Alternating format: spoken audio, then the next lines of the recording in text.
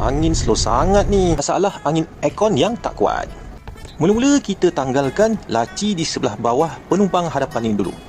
Yang ini adalah blower ataupun kipas yang mengeluarkan angin di dalam kereta kita. Di dalam ini terdapatnya filter untuk kita lihat. Untuk Saga FLX ni, kita kena umpil sebelah kanan atas ni untuk membukanya. Inilah filternya. Tapi kan, yang ini bukan original sebab aku dah tukar dekat bengkel itu hari. Ini je lah yang dia ada masa tu. So aku pakai je lah. Filter atau penapis aku ni, kalau ikutkan memang dah tebal. Kau tengok, aku tak bawa cahaya matahari. Tak tembus tu cahaya dia. Jom kita tengok habuk dia tebal macam mana sampai angin pun tak kuat. Nampak? Bila aku buat macam ni je pun, dia punya habuk dia berterbangan.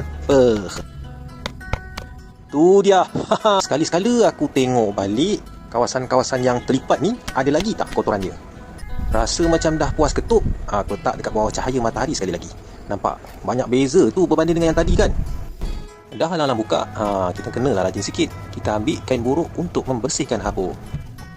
Okey guys, masa untuk kita masukkan filter ni balik dekat tempat dia. Seperkara lagi yang kita kena ambil tahu, cara untuk kita memasukkan air filter ni. Sebab air filter ni dia ada, kalau tengok dia ada atas dengan bahagian bawah. Kita kena letak macam ni.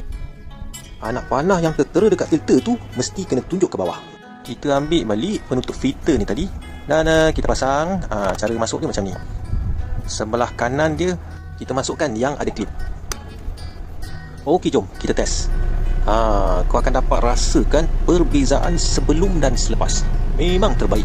Mantap. Kita pasang balik laci di bawah penumpang hadapan ini tadi.